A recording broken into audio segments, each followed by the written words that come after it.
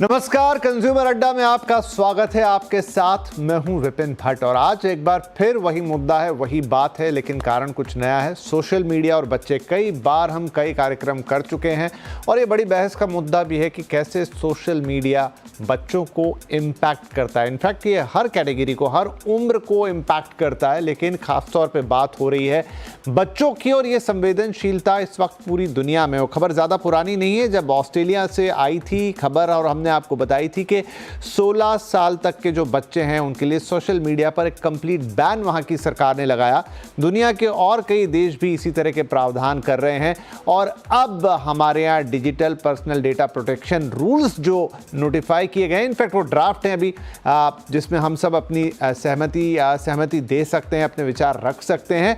उन रूल्स को, उन ड्राफ्ट गाइडलाइंस में ये कहा गया है कि भारत में 18 साल से कम उम्र के बच्चों के लिए जो है वो पेरेंट की कंसेंट ज़रूरी है। इन सब के पीछे एक ही बड़ी चीज़ है, वो है कि सोशल मीडिया का बच्चों पर क्या इम्पैक्ट हो रहा है और उस इम्पैक्ट को हम किस तरीके से समझें, किस तरीके से कम करें और बच्चों को ब्रेन रॉट, जो कि एक बड़ा वर्ड इस साल काफ़ी चर्चा में रहा 2024 में, डिक्शनरी का, ऑक्सफोर्ड डिक्शनरी का, ब्रेन रॉट मतलब कि इसी तरह की जो सामग्री होती है, जो डिजिटल कंटेंट होता है जिसकी क्वालिटी काफ़ी ख़राब होती है और उससे जो ब्रेन में, दिमाग में जो सड़ान पैदा होती है या जो उसका डीजनरेशन होता है, कह लीजिए कि उसकी क्वालिटी अच्छी नहीं रहती ब्रेन की, वो है ब्रेन रॉट। और इन सब चीज़ों के ही कारण आज ये बातचीत फिर से सामने आई है। तो बड़ी बहस इस समय देश में यही है कि सोशल मीडिया का बच्चों पे इम्पैक्ट और उसके लिए समाधान क्या कंप्लीट बैन एक समाधान है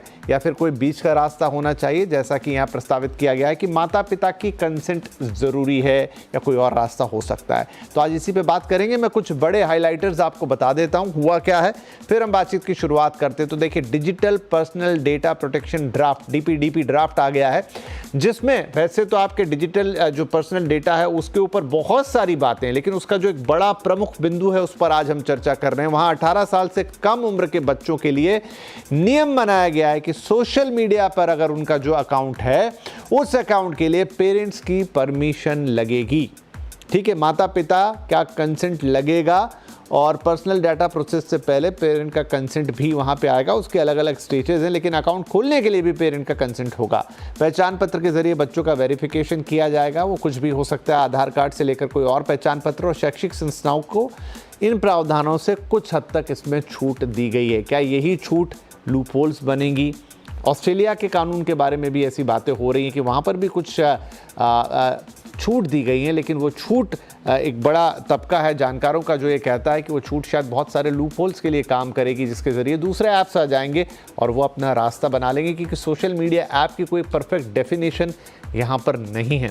तो चलिए बातचीत की शुरुआत करते हैं। काफ़ी इंटरेस्टिंग बातचीत होगी क्योंकि एक बहुत बड़ा विषय है जिस पर लगातार डिबेट जारी है। कई लेख लिखे जा रहे हैं, कई डिबेट्स आप टीवी पे और सोशल मीडिया पे ऑलरेडी सुन रहे हैं। हम भी यहाँ पर वही बातचीत करेंगे। कार्यक्रम में हमारे साथ शामिल हो रहे हैं सुप्रीम कोर्ट के वकील विराग गुप्ता साहब, साइबर साइकोलॉजिस्ट निराली भाटिया जी और श्री राम यूनिवर्सल स्कूल की डायरेक्टर प्रिंसिपल ज्योति गुप्ता। आप सभी का बहुत बहुत स्वागत है। निराली, मैं आपसे शुरुआत करता हूँ क्योंकि ये एक साइकोलॉजिकल सब्जेक्ट भी है, ये साइबर से जुड़ा हुआ सब्जेक्ट भी है। जो बहस का मुद्दा है, सोशल मीडिया से बच्चों को नुकसान होता है, इसमें कोई छुपी हुई बात नहीं है, लेकिन क्या कंप्लीट बैन उसका समाधान है या फिर इस तरह का रास्ता कि माता पिता से कंसेंट लें या कोई और तरीका? अब ये कितना कारगर होगा ये हमें नहीं पता, लेकिन कंप्लीट बैन क्या सही अप्रोच है? विपिन जी, हमने पहले वाले शो में भी यही बात की थी और मैं उसी पॉइंट को वापस दोहराऊंगी कि एट दिस पॉइंट हम सिर्फ और सिर्फ वही देख रहे हैं कि कितना नुकसानदेह है एंड उसका यूसेज इस तरह से बढ़ गया है कि इनिशियली हमें complete ban will help us give a relief, क्योंकि वो कलेक्टिव एफर्ट होगा। बैन हर किसी के लिए हो जाएगा तो वो इजीली एक्सेप्ट हो जाता है। अगर आज एक बच्चे के पास एक्सेस है पर दूसरे के पास एक्सेस नहीं है तो वो उसे बहुत ही खलता है एंड ही विल और शी विल फाइंड अ वे कि वो कैसे इलीगली या किसी और के मोबाइल से अपना अकाउंट चला ले। लेकिन अगर किसी बच्चे के पास ही एक्सेस नहीं है तो हमें कुछ फोमो होता ही नहीं वाला है। It is very normal for us then. तो उस वजह से इनिशियली एक कंट्रोल लाने के लिए, क्योंकि हम कंट्रोल खो चुके हैं, दैट इज वाई हमारे सामने रोज नए नए इंसिडेंट्स आते हैं कि जिस तरह से ये बच्चों को इम्पैक्ट कर रहा है। सो कलेक्टिव एफर्ट के तौर पे बैन लाना जरूरी है। वंस आपने ये बैन को इंप्लीमेंट कर दिया, इसे नॉर्मलाइज कर दिया कि सोशल मीडिया नहीं होने से भी लाइफ में इम्पैक्ट नहीं पड़ रहा है, एंड जो हो रहा है वो पॉजिटिव इम्पैक्ट हो रहा है कि चलो now you have time for physical activities, sport activities, etcetera etcetera. Then आप चाहो तो धीरे धीरे रेगुलेशन के साथ आप उन्हें लिमिटेड एक्सेस दीजिए as they grow with maturity, ताकि उनका जहां पे वो एजुकेशनल पर्पस के लिए यूज करना हो या कुछ प्रोडक्टिव यूसेज करना हो, तो that can be made as a good decision. So this is my perspective के यस टू बिगिन विथ, क्योंकि एक जैसे बोलते हैं ना कि कोई लत छुड़ानी हो तो एब्स्टिनेंस बहुत जरूरी है। पहले उससे कंप्लीटली एब्स्टिनेट करिए और फिर आप उससे धीरे धीरे इंट्रोड्यूस करिए, क्योंकि कोई कोई चीज है जैसे कि मोबाइल फोन है, ये हम परमानेंटली निकाल नहीं सकते हैं अपनी लाइफ से। एंड मोबाइल फोन आते ही उसके ऊपर गेम्स, सोशल मीडिया, ये सब कुछ आने वाला है। बट पहले let them experience life without this, then वो नॉर्मलाइज हो जाएगा अगर वो बैन के फॉर्मेट में आया, क्योंकि हर कोई कर रहा है। So I am very much in favour of a collective effort, चाहे आप वो बैन बोलो चाहे आप रेगुलेशंस बोलो, लेकिन जो सब पे लागू होते हैं विदाउट एक्सेप्शंस। ठीक है, चिराग साहब है हमारे साथ, सुप्रीम कोर्ट के वकील हैं, माफ़ कीजिए विराग साहब। तो विराग सर, ये बताएं कि जो निराली का भी एक व्यू पॉइंट है और एक कई जगह डिबेट का इस समय बहुत हॉट मुद्दा है कि क्या आप इस तरह की बात करें कि माता पिता के कंसेंट के बाद अब माता पिता का अपना विवेक है, कौन से माता पिता कितना कंसेंट दे रहे हैं, वो कंसेंट किस हद तक मतलब ऐसा होगा कि जहां एक्चुअल वो सिर्फ कागजी कार्रवाई ना होके रियल कंसेंट आ रहा है, तो वो एक तरफ की सारी चीज़ें, और दूसरी तरफ कोई ऐसा कानून या कोई ऐसी चीज़ लाइक ऑस्ट्रेलियन अप्रोच जिससे आप वाकई में, जो निराली वाला पॉइंट है कि आप एक बार पहले उसको पूरा ख़त्म कीजिए फिर धीरे धीरे उसमें लिमिटेड कंट्रोल दीजिए, तो शायद वो बेहतर अप्रोच होगी। आपकी राय इस पे क्या है? विपिन जी, इस पैनल में एक प्रिंसिपल भी हैं और बहुत बच्चे और टीचर्स और अभिभावक देख रहे होंगे, तो पहले मैं उन्हीं की भाषा में अगर कहूं कि बचपन में हम लोग लेख लिखते थे, science is a good servant but a bad master. तो विज्ञान एक अच्छा सेवक है लेकिन खराब स्वामी है, और जो सोशल मीडिया और मोबाइल है इसने बच्चों को अपने शिकंजे में कस लिया है। इसलिए बच्चों को उनको शिकंजे से मुक्त कराना सरकार की जिम्मेदारी है, जैसा कि संविधान में लिखा भी गया है। बच्चों के शैक्षणिक, वैज्ञानिक और मानसिक उनके सेहत के बारे में ध्यान रखना। अब हम इसके कानूनी पहलू पर आते हैं, तो आपको ध्यान होगा इस विषय पर हमने पहले भी चर्चा की थी।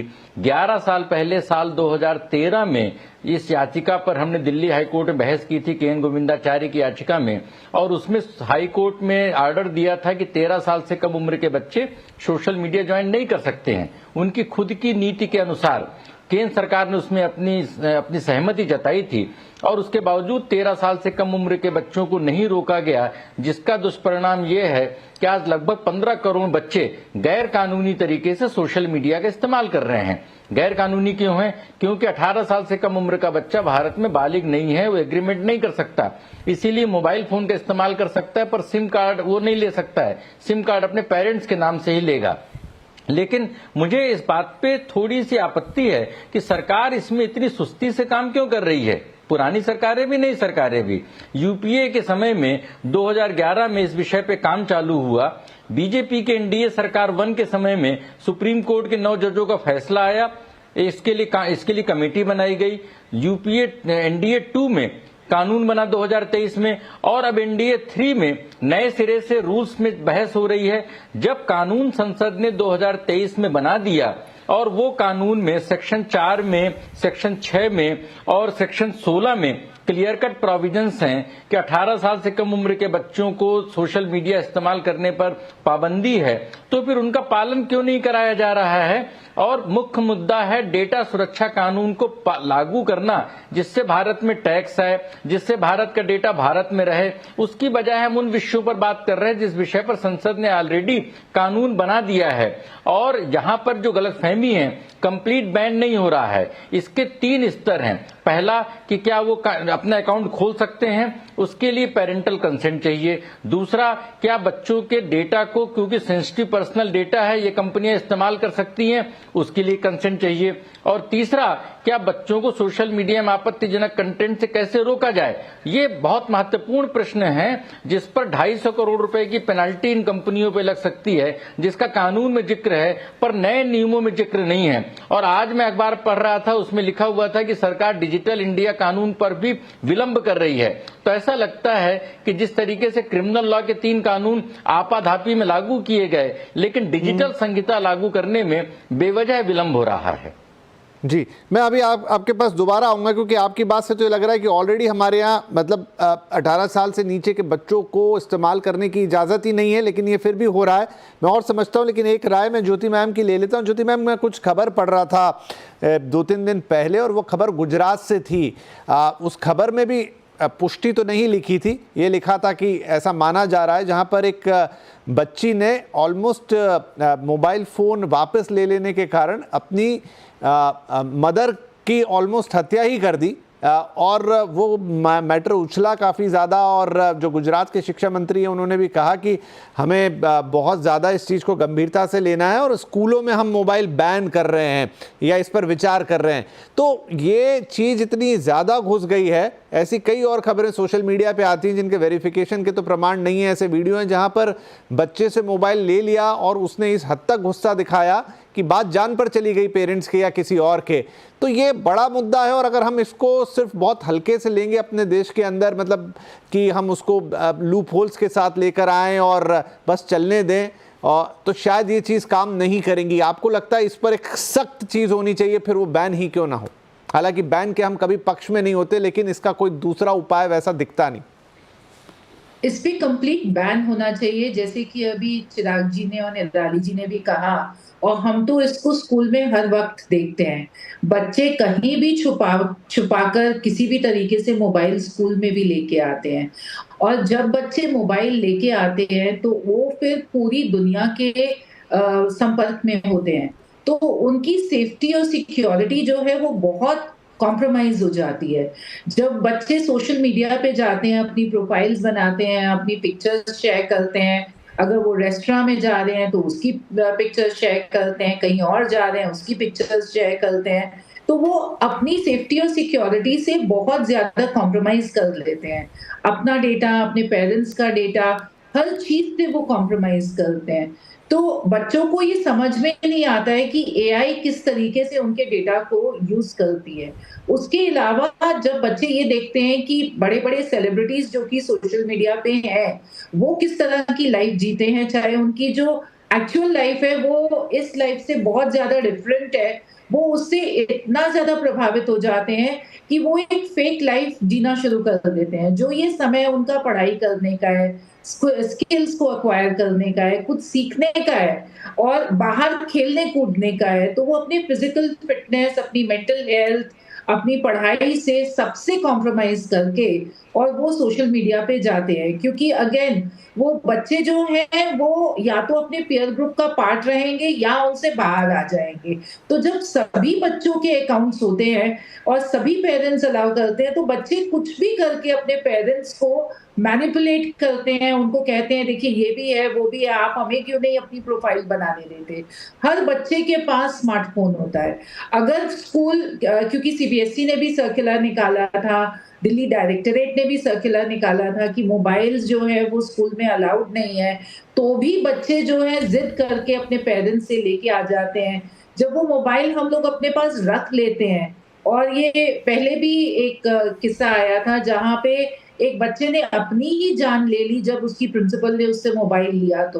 तो बहुत सारे ऐसे किस्से हैं जहाँ पर बच्चे एकदम आउट ऑफ कंट्रोल हो जाते हैं और अपने पेरेंट्स को या तो कोसने लगते हैं या स्कूल को कोसने लगते हैं या टीचर्स के साथ लड़ाई करने लगते हैं या टीचर्स और पेरेंट्स के बीच में मिसअंडरस्टैंडिंग हो जाती है, क्योंकि हर एक मोबाइल जो है उसकी इतनी कीमत होती है कि पेरेंट्स भी दोबारा से वो मोबाइल नहीं लेना चाहते बच्चों के लिए।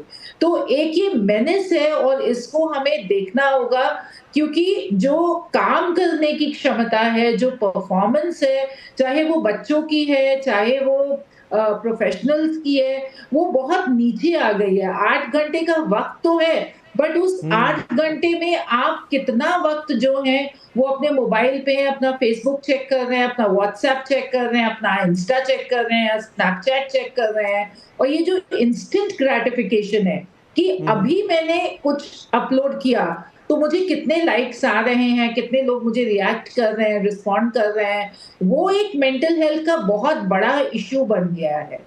तो बच्चों को जो कि स्कूल गोइंग बच्चे हैं, अभी मैच्योरिटी नहीं है उनमें, उनको अभी अपना टाइम मैनेजमेंट करना नहीं आता, उनको सही और गलत में फ़र्क नहीं पता, तो उनके लिए एक कंप्लीट बैन इस वक़्त बहुत ज़रूरी है।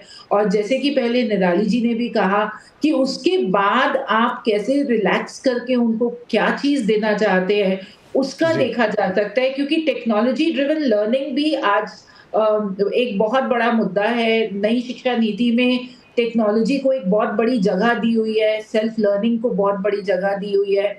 डिवाइसेस बच्चों के लिए ज़रूरी रहेंगे, पर उन डिवाइसेस के ऊपर कैसे आप कंट्रोल्ड नेटवर्क दे सकते हैं, कैसे जी। बच्चे कंट्रोल्ड एनवायरनमेंट में काम कर सकते हैं, वो देखना होगा। तो अभी सोशल मीडिया कंप्लीट बैन, उसके साथ-साथ जैसे यूट्यूब पे बच्चों का जाना या किसी भी साइट पे जाना, और अगर एआई लगता है तो ये बड़ी कंपनीज़ जो सर्च इंजिन्स की हैं, उनको भी आइडेंटिटी जो बच्चों की है उसको एस्टैब्लिश करके उनको साइट्स पे, एडल्ट साइट्स पे ना जाने देना।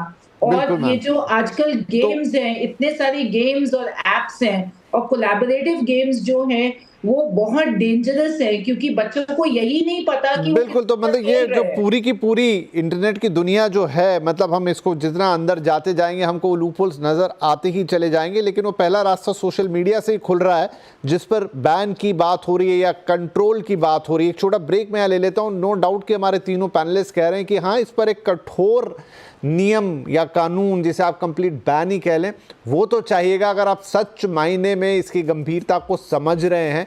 अब क्या हो सकता है, यहाँ पर विराग साहब ने बताया कि ऑलरेडी हमारे कानून तो ये कह रहे हैं, तो फिर ये हुआ क्यों नहीं, फिर कहाँ है नए नियमों में बात गायब होकर फिर माता पिता पर कैसे चली गई, तो वो भी पूरी चीज़ को समझेंगे और आगे क्या ज़रूरी है। एक छोटा ब्रेक के बाद बातचीत जारी रहेगी।